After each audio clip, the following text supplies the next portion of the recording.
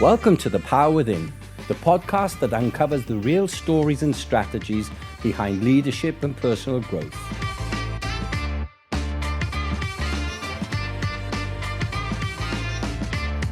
I'm Keith Power, and in each episode, I sit down with inspiring individuals who faced challenges, built resilience, and discovered what it takes to lead with impact. Through their journeys, we'll explore the mindsets and tools that drive meaningful success. If you're ready to grow, lead, and unlock your true potential, you're in the right place. My guest today is Fredrik Haren. He has spent more than 2 decades exploring creativity across cultures, industries, and lived experience. Not to define it with a framework, but to understand it as deeply human capability.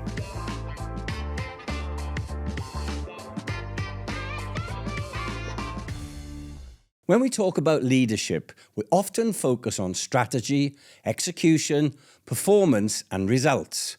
But underneath all of that sits something far more fundamental, the ability to see differently. Creativity isn't about being artistic or having clever ideas. It's about curiosity. It's about perspective. It's about the courage to step beyond what's familiar and question what we think we already know. In a world that rewards speed, certainty, and control, creativity can quietly disappear. Not because leaders don't value it, but because they stop creating the conditions for it to breathe. This conversation is for leaders who sense that the answers they need won't come from doing more of the same, but from seeing more, listening more, and thinking differently. Fredrik Haren, welcome to The Power Within. Hey, thank you so much. Really looking forward to this conversation. So many leaders will see creativity as something for creative people or innovation teams. Based on your global work, though, Fredrik, what do leaders most misunderstand about creativity? To be honest, I think they misunderstand a few things. But one of the things they misunderstand is the power of it. It's an extremely powerful force that can lead to very substantial successes and improvements if we use this power. And it's not, to me, the way I look at it, it's not about unleashing a lot of creativity in a small innovation team. It's about getting a culture where everyone is thinking about how can we do this a little bit differently.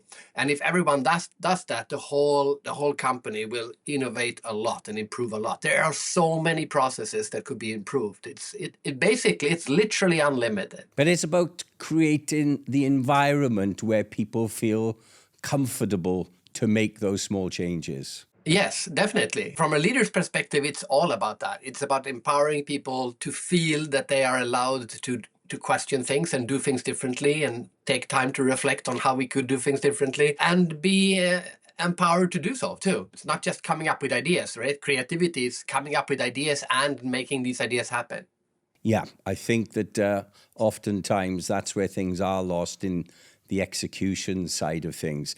One other question I wanted that's related to that to ask you, though, and that is about the differences across cultures. I know that your forthcoming book, there's 37 different countries in there, and I know you've been to lots more, but the ability to question the bosses isn't so easy in Asia, and I know you've lived in Asia. So where do you see that little battle being won? Well, first of all, I don't think it's so difficult to change that behavior. I've heard so many examples of cultures where there's been a terrible culture of fear or a yes culture, and then they just changed one leader and suddenly all these ideas come up. So it is possible to change. Sometimes people think it's impossible to change culture. Culture in a company takes time to change, but culture in a team can change with one leader. I also say it's very important if you are working in a company where you feel like no one is listening to your ideas and they are not encouraging innovation, and that's important to you. You just should change. But I'm a storyteller. Can I tell you a story? Yeah, please do. I did a speech once for the Norwegian Railway. on their, and they had an innovation day to encourage employees to come up with ideas, and they were rewarding the best ideas of the year. And they told me the backstory of this. Many years ago, they had a guy who worked in the company, and he had invented a new way to attach the rails to the sleepers, right? Okay. Have you ever looked down on a railway? You can see there's like paper clips holding on to the trails. He's the guy who invented that before they used nails. And these clips are much more effective. So he invented that. He took a patent on it, and he went to his bosses and said, look, I've invented a much better way of putting rails down on the ground. No one listened. He kept pushing it. No one listened. Finally, after years, he went up to his boss and said, you know what? If you're not going to do this, I'm going to quit and I'm going to do it. And the boss said, okay, whatever. And he said, well, then I want the patent. And he said, yeah, sure, whatever. Oh my goodness. And the guy left, took the patent, flew straight to England to one of the largest, iron companies in the world, and sold the patent to them at a license. And he said, I want 1 cent per clip. But remember, there are 4 clips on every meter. So, it ends up being a lot of money. So he made a lot of money. But in the contract, it said, you can sell this, you have a global license, you can send it anywhere except Norway. I love it. That's karma. That was basically him giving the finger to his old employee for not listening to his ideas. But here's the funny catch. At the Innovation Day, this company gave away a prize, and the prize was one of those paper clips painted gold. And the idea was, we missed that idea, we don't want to miss the next one, which I think is a beautiful story. Yeah, good reflection as well then. So you say then that creativity is inspired, not taught. In leadership development, what's the danger of trying to teach creativity through frameworks and tools alone then? Okay, yeah, the important word in that sentence is alone then, because some people need frameworks and techniques, people are different. But to think that if you interview really creative people, and I have interviewed thousands, really, really creative people, they don't do creativity exercises that they've learned in a book. So most really creative people are inspired to be creative. Now, the trick for leaders is, the word inspire literally means to breathe in, right? Yeah. To inspire is to breathe in. To perspire is to breathe out. But inspiration just only means that you breathe in, like, I feel all the inspired. Something doesn't happen. Respiration is the act of turning the oxygen in your lungs into useful things into your body. So creative respiration is much more important than creative inspiration. And that's what a boss can do. Creative respiration, I learned this from a guy, he's head of customer service and HR at the Lux Resort in the Maldives.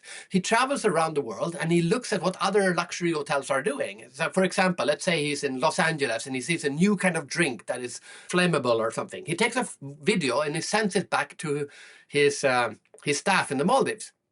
But he learned a lesson. He said, if I sent everything I saw and I just sent all of it back to them, I've overwhelmed them with ideas, but they don't have any time to work on it, right? So he said, I've learned to filter what I should send back to them. And when I go back to the Maldives, I go and I talk to them. I said, which of these ideas inspired you? And which of these should we try? And then they start experimenting with, let's say, different flammable drinks, and then they decide to introduce one of them. So creative respiration is when the leader decides how to make sure your people are inspired, but also how to make sure that inspiration leads to action, which is the much more important part. A lot of people focus, they go to all the conferences, they are so inspired, never do anything. You've interviewed, as you said, thousands, if not tens of thousands of people, and still say that curiosity is the defining trait of creative leaders. What happens to leadership when curiosity fades? There's a big chapter in the book about curiosity. So I'll give you we'll do a little language exercise because there's so many lessons here. The word curiosity has the root of cura from Latin, meaning to care, which means that which you care about, you will be curious about, right? Or that which you are curious about, you care about. If you don't care about Bitcoin, you're not going to be curious about Bitcoin, right? So that's how it works. So what happens if there's no curiosity in a leader? you are communicating you don't care about the person. Right? If you're my boss and you are not curious about me, you don't ask any questions, you don't care about what I do, you are not curious, I feel you don't care about me. So, but if you are curious and say, hey, Fredrik, what are you working on? What's your biggest problem? Oh, now I feel like, oh, this guy really cares about me. So curiosity actually communicates that you care. So a good leader is first of all perceived as someone who cares, which inspires people. But not only that, because the Bulgarian word for curiosity is lupiten, which means the love of asking questions. So a curious person asks questions. So if you're my boss and you come to me and say, Fredrik, what's your biggest problem? What are you working on? Now you get so much more information than if you're just telling me what to do. So as a leader, you get much more informed about the actual status of the organization and what I am working on and whatever customers are saying, whatever you're asking me about. And the third lesson is the Icelandic word for curious, which is forvitten. And for means before, and vitten means to know. So curious in Icelandic means that which comes before knowledge, meaning you can't really understand something unless you're curious about it. And the fourth one is the Swedish version of curiosity, which is nyfiken. Ny means new, fiken means an extreme need to find out. So a need to understand the new. And if leaders are one of the main roles is to see the future, to be a visionary, to tell people where we're going. So curiosity, for example, AI, a couple of years ago, as a leader, you should have been curious about AI because you should have seen it will affect a lot of the discussions that will happen in 2025, 2026. There were 4 or 5 different definitions of curious that all give different lessons in how curiosity is important for leadership. It is, and I get that, and I love the different explanations from the different languages, but all of them ultimately have a root in saying that they need to inspire you to look, to find out, to understand. So my question was, what happens if a leader loses that curiosity? They lose their inspiration. First of all, they lose the affinity to their people because the people don't feel the leader is listening. They don't feel they care. And then second, you lose the knowledge because you're not asking questions. And then you don't get the profound understanding of the business. And then you lose the visionary because you don't see the next thing that is coming. So all of these will be reduced. And then basically you're a leader in the dark. Actually, the way you just described it, you'd probably be fired. Yeah, maybe I should. Yeah, so is it fair to say, though, that many senior leaders, they aren't short of intelligence or experience, but are quietly suffering from a lack of curiosity? I don't think it's a lack of curiosity. I think curiosity gets pushed back because they are overwhelmed with things they need to do or things they think they need to do or responsibility or a lot of other things or things they think the leader should be doing. If you ask people who is the best leader you ever had or who's the best teacher you ever had, it's the curious ones that pop up. Right. I'll tell you another story about how you inspire curiosity and creativity in the people. I did a speech for a media organization in Singapore, and it was also an innovation day. So I was speaking, and then the CEO was speaking at an innovation day. 300 people in the audience. So he goes up and he has a piece of paper and he's reading a piece of paper. It's a written speech, and it's not written by him. You can tell. So it's like, We are gathered here. We are gathered here today to celebrate the power of creativity and innovation. It's like, and you can just feel the energy in the room. It's just going down, right? It's like, this is just corporate bullshit, basically. Then suddenly he looks up and he says, what am I doing? This is an innovation day and I'm reading a speech I clearly didn't write myself. I could tell it was not rehearsed because I was sitting next to the person who wrote the speech, and he went, ah! He took the speech, he crumbled it, he threw it away, and he said, you know what, never mind this speech. Let me tell you a story. Let me tell you of the first boss I ever had at Changi Airport. And then he started telling the story. And you could just feel the room change. Yeah. Because here was a leader who wasn't just following procedure and doing things prepared. This is a guy who was improvising. The CEO was improvising and just telling stories.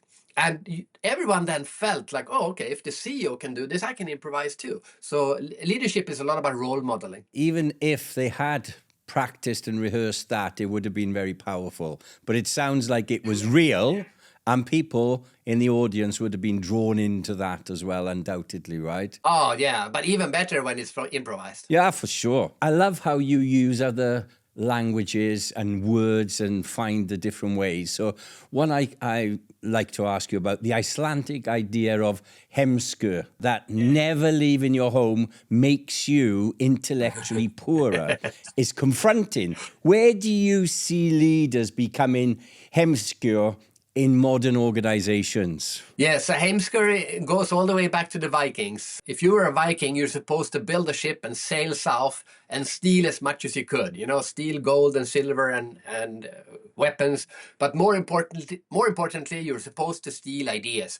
How do they farm in England? How do they make weapons in Turkey? And then you bring those ideas back to your farm on Iceland. If you didn't do that, you were a heimskur. And heimskur, as you said, means, well, in my book, I use the word stupid because that's the word they told me. And the important part of this, you said the meaning of a word, heimskur. Heim means home. The meaning is someone who always stays on their farm becomes stupid because they are not inspired by new ideas. When I do seminars, I talk a lot about how you can be in heimskur within your industry. So for example, people in the car industry, they tend to go to car exhibitions. They learn from other car companies. But that is the same industry. They should go to a hotel management conference or a cybersecurity conference or an airline conference, and they should learn what are they talking about at the moment that we could incorporate into cars. A lot of industries suffer from heimskur because they only learn from each other. I call that idea incest, and that's exactly what it is. And I can actually identify that in myself since retiring from corporate life in the car industry 6 years ago. I've learned more in the last 6 years than I did in the previous 20 because I'm exposed through my coaching to people from different industries. So I get a different perspective, a different idea. My only regret is that I didn't know this then. I was a bit too heimskur. There you go. Exactly. And why do you think that wasn't? Why do you think you were in that bubble? Because not only you, it's so common. Now, it does depend on the company and the culture, and I don't mind naming them now. When I worked for a Dutch company, AkzoNobel, they're very open to ideas, very creative, very curious by nature. Then I worked for a US car parts company, which doesn't exist as it was. It was Federal Mogul. It's now Tenneco, and I'm sure it's different now, but it was so focused on just the quarterly results, and anything that you did that was outside the ordinary, outside the norm, was considered a waste. You must be wasting time. You're not focused on the bottom line, literally. And I think that what was lacking then because of that was this ability to be curious, to do something different. Yeah, and heimskur can also be not just outside your own industry. You can also just geographically locate. That's where travel becomes. If you, let's say, I don't know, let's say you're in the chair industry. Go and look at how are they selling chairs in Brazil, in South Africa, in India, just to get different ideas. So just new perspectives is so crucial because it forces your brain to look at the world in a different way. Absolutely. And I've worked and lived in 6 countries. Probably the best has been when I've been in Asia, because you have such a cluster of very different countries with different ideas, cultures and ways of working. So every trip is a learning. And I've traveled a lot, but nowhere near as much as you have. And that's why I know your book, which is about to be launched, is going to be so interesting because of the vast wealth of cultural experience that you bring to bear. Yes, and I think the most important lesson from that, actually when this comes out, the book is already out, The World of Creativity. But the one in the beginning of the book, I talk about the most valuable lesson from traveling so much, because I've been to 75 countries. The most valuable thing is actually that you start to question what you thought you knew. Right. Like you realize that the one thing that you know about how the world works is not always, is very seldom the best way. There are many other ways of doing things. And that's a different kind of curiosity. I kind of think it's a bug in the human DNA that we are not more open to best practices from other people, other cultures, We're too tribal. Someone has come up with a better way of doing something, and why don't we just adopt that? It doesn't make sense. Absolutely. And I'll tell you a story. Because I lived in Singapore for many years, and you know this. In Singapore, if you land in the airport, the passport control is all automatic. You just put in the machine and they check you via AI and whatever, and out you go. In Sweden, we don't have a single airport that has a single one of these machines. Everyone that checks a passport in Sweden is manually checked by a human being. Even now? Or still, to 2026, still not a. I have to ask you, when were you last in Singapore? Oh, like a few months ago. Yeah, it's passport free now. You don't take your passport out of your pocket. It's just facial recognition and walk through. Yeah. Exactly. Even better, yes. Right? But I don't live there, so I don't think it works for me. But that's great. Even better, right? And Sweden doesn't even have the machine there you put it in. Oh, so I go up to this. I know. I go up to the Swedish passport police because the lines are 30 minutes long, 40 minutes long suddenly, right? Because a human needs to look at a passport. Actually, doesn't even look at it, puts it in the machine. So I go up to them and said, "Excuse me, Singapore's been doing this for decades. Why are Sweden not doing it?" And they said, then I went home and Googled it. Turns out Mongolia have these machines. Mongolia! How can Mongolia have something that Sweden doesn't have? So I walk up to them and I say, "Excuse me, Mongolia has these machines. Why don't we have it in Sweden?" And they said, "Oh, that's so cute." No, that's not so cute. It's stupid that Sweden still hasn't adapted this. And then if they did, they have all these people that could actually do proper border control instead of looking at passports. It's not an attack on Sweden. This is like what's in the human DNA that doesn't make the person in charge of passport control in Sweden say, wonder what anyone else is doing, and maybe we could copy that and become more efficient. So for leaders who cannot step outside of their world physically for whatever reason, how can they create the same creative stretch without getting on a plane? And I'm not talking Google and AI, but what actions could a leader take who is restricted and they're stuck at their desk, for example? Why did you say not Google and not AI? I think Google is amazing for doing that. I think AI is amazing for doing that. AI is great at changing your perspective because you can now tell the AI, "I want you to take the role of an Indian entrepreneur and teach me something about chair selling, or I want you to question everything I say." AI is great as a creativity tool. Google is great if you don't want to travel. You can Google Italian chair design. You don't have to go to Italy anymore. You get 1 million hits on Google if you want to know about Italian chair designs. So those are both good tools. What can you do?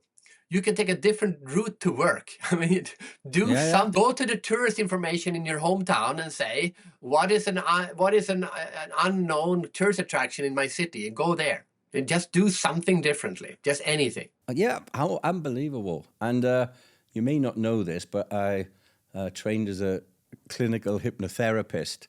And one of the things we use to explain to someone who's been hypnotized for the first time is that you are in a hypnotic trance almost every day. And the one example we give is the drive to work, where oftentimes you get to work, you don't even remember passing a traffic light, a landmark. It is literally just honed into your subconscious. So that's a great idea. And I follow the sat-nav. I'm going to take a different route home tonight just on the basis of what you said there, for sure, just to see something different. That was very interesting. And I interviewed a tourist guide in, I think it was Latvia, I think it was Riga or somewhere there. And he's a local tourist guide. And he would go around in the city, and whenever an old person came out of their house, go up to them and give them a compliment so that they felt happy. And they say, "Oh, by the way, tell me something about this neighborhood." And then she would find out all these little stories that everyone had forgotten. And then we'd organize city tours for the people who lived in that city and tell the stories that no one knew about that city that they lived in. I remember as a teenager, I don't know why they did this. My hometown of Merthyr Tydfil in South Wales, which is full of heritage and history, but most of us didn't know it. The town council had this brilliant idea. They had a recently retired bus driver, and he became the guide on a bus on a tour of the locality. And nobody knew it better than him.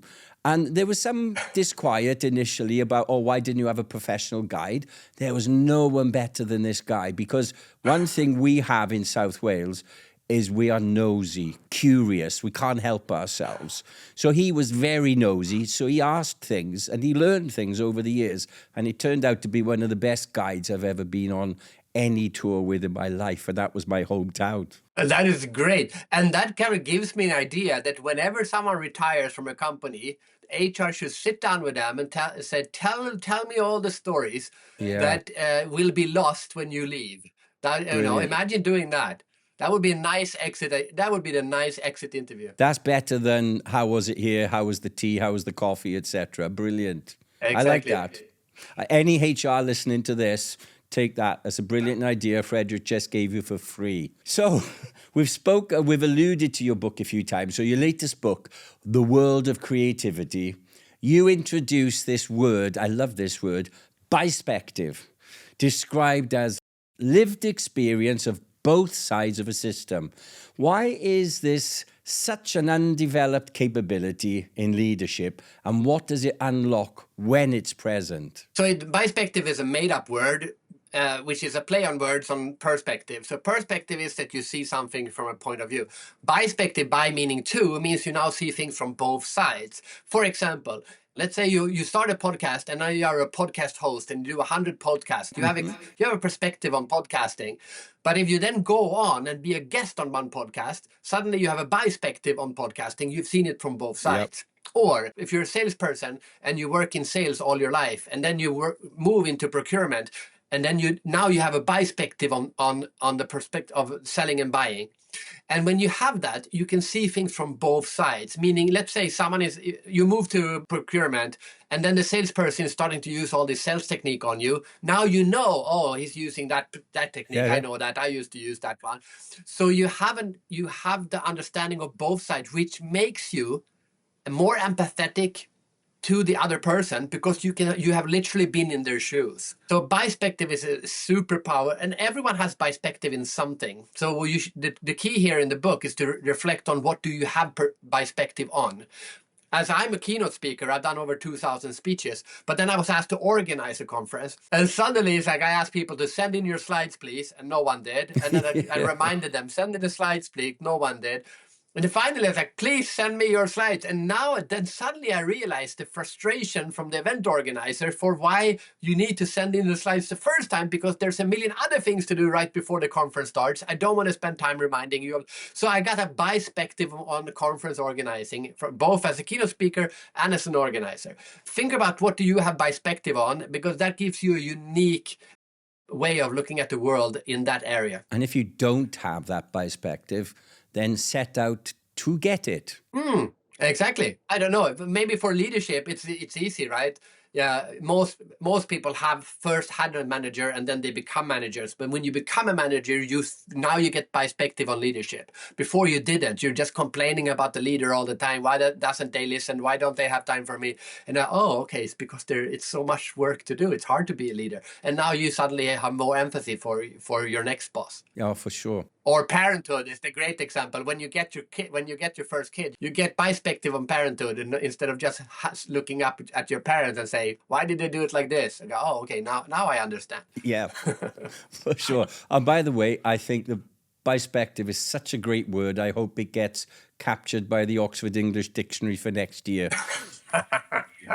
And I love made up words. I had a boss, Alex Davis, his name was, and he had this beautiful phrase, a made up word that it captured for me everything we needed to do.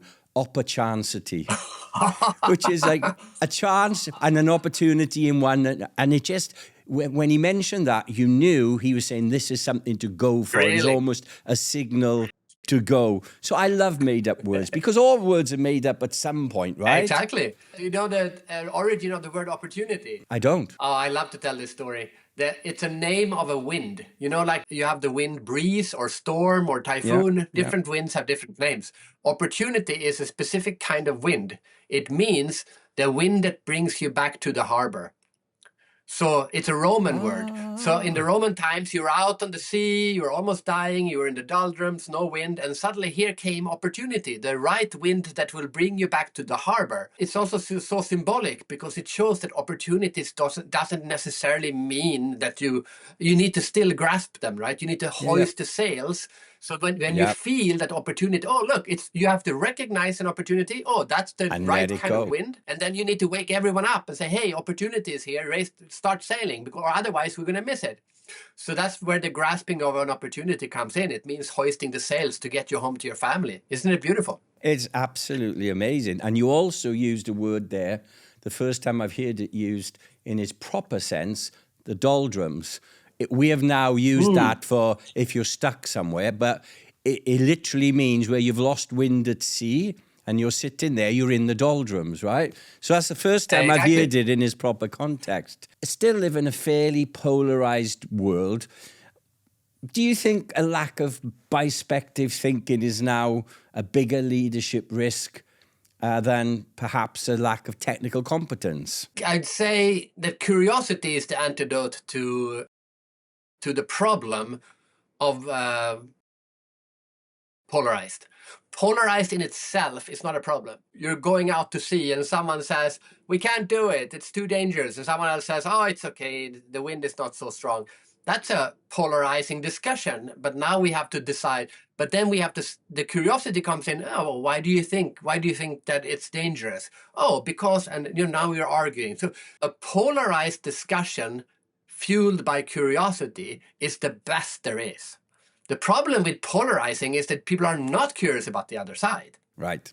Yeah. That's what we mean when we say polarized, but that's not the meaning of the word. I mean, for me, polarized means like this: we have two poles, right? But let's go to the other one and see what's there. That's why I'm the creativity explorer. Let's explore what's on the other pole. And I should have introduced you as the creativity explorer, which you're well known as.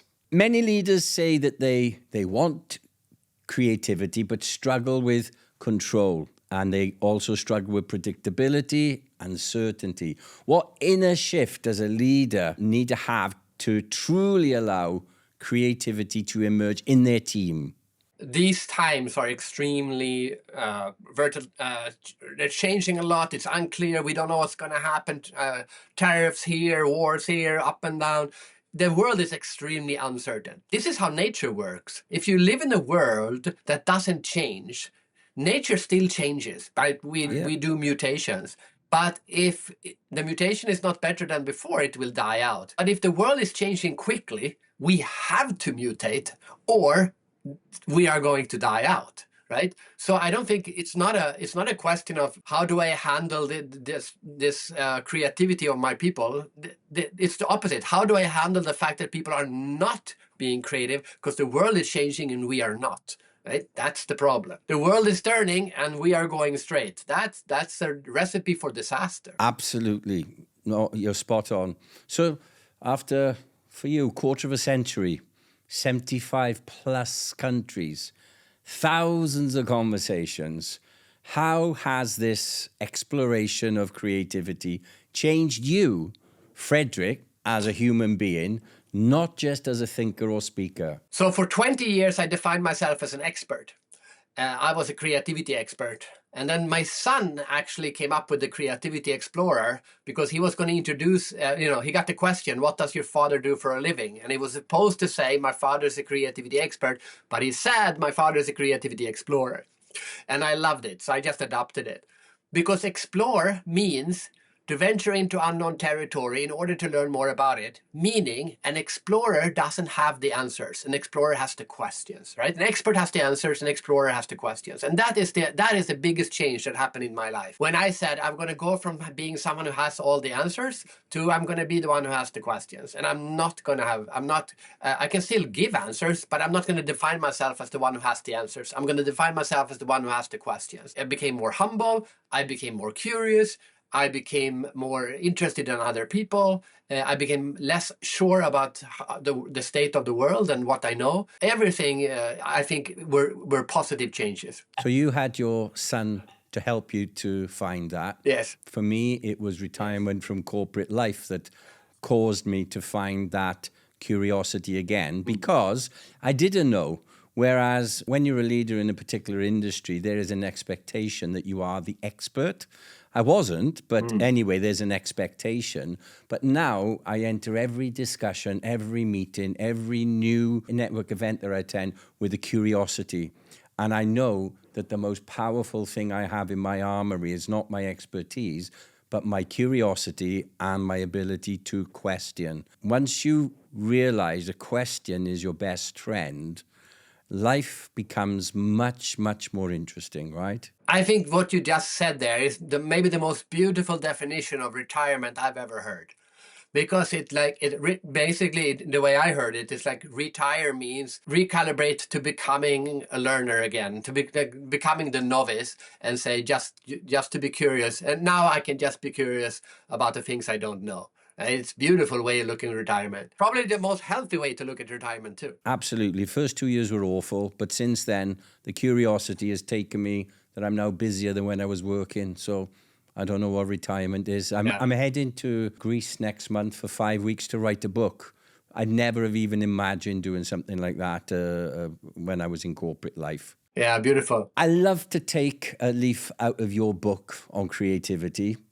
I decided to, I've not done this before, mix things up a little bit and surprise you with some quick fire questions to wrap up this. That's good. Let's do it. Are you ready? Okay, good. I'm ready. Shoot. Best advice you've ever received? My mother. When I had children, I said, I'm a creativity expert, but I don't know anything about children. How do I raise creative children? And my mother said, never give the answer. Because when a child is going to ask you questions, and parents always give the answer. Why is the earth round? And it's like, and then you just start answering the question. But you should say, what do you think? Yeah. Because now you're teaching your child that creativity is not about asking questions. It's about asking questions and finding answers. And parents kill that. So it works beautifully for leaders. A leader sits at her desk or his desk. Someone comes in, hey, how should I do this? What do you think? Just say that. Just turn it around on them. And it works brilliantly. And then the kid comes up with answers. They're usually better than your own answer. And then you can still give the answer if you want. You just hold back for 30 seconds and say, what do you think? It's a simple advice, but I've used it on my kids, and it's the best advice. I think everyone could take one piece of advice from where you just said there as well. Just pausing in anything for a few seconds. Yeah, exactly.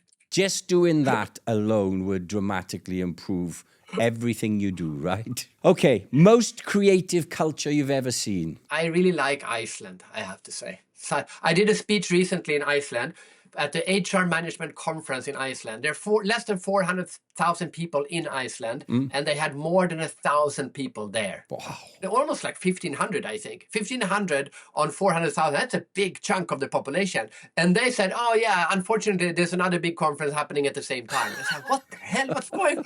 It must be by far the largest HR conference in the world per capita. Why were they there? And they were so curious. Maybe it's the Heimsker mentality of them, but they just want to learn. There are two kinds of island. People talk about island mentality, as in people are insular and they never leave and they are not open to new ideas.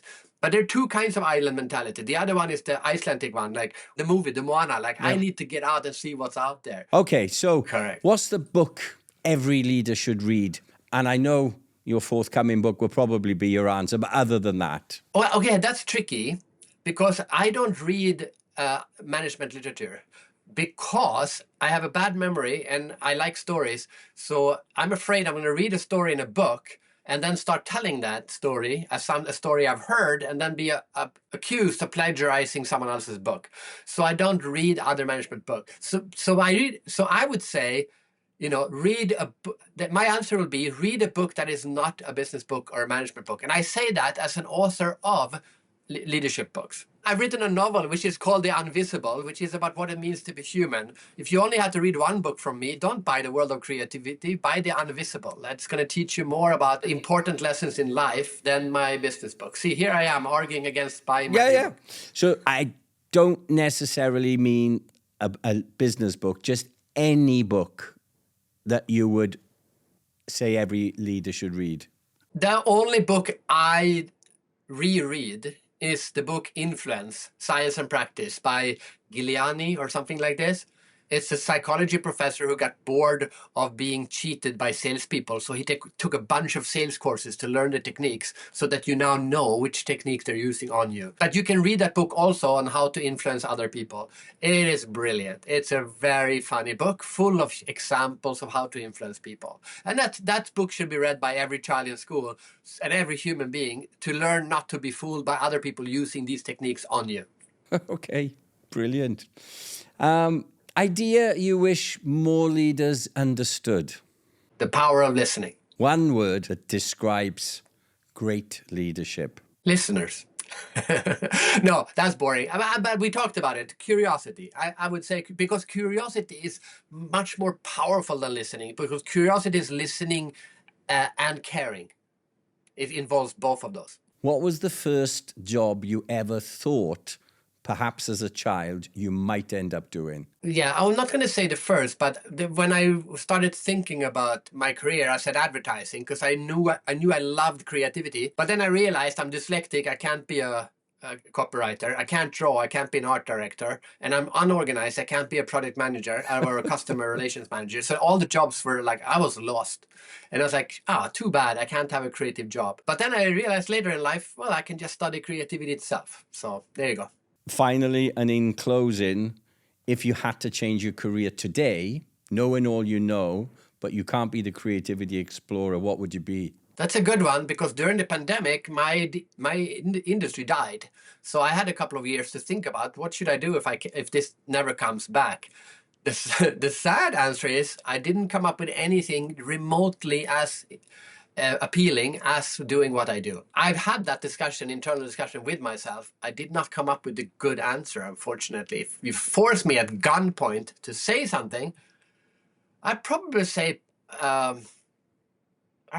politician. But that comes way down on the list. Interestingly, you arrived at the conclusion there was nothing better than you do now. How good is that? That is good. That is good. So let's finish on that positive note. You're doing what you love, and you wouldn't want to do anything else other than being the creativity explorer. Thank you very much for being on The Power Within. Thank you, Fredrik, for joining me today and reminding us that creativity isn't something that we add to leadership. It's something we uncover when we slow down, stay curious, and step beyond what's familiar. Perhaps the real work isn't finding better answers, but as you said, learning to ask better questions. So the message today is stay curious, lead consciously. That's the power within.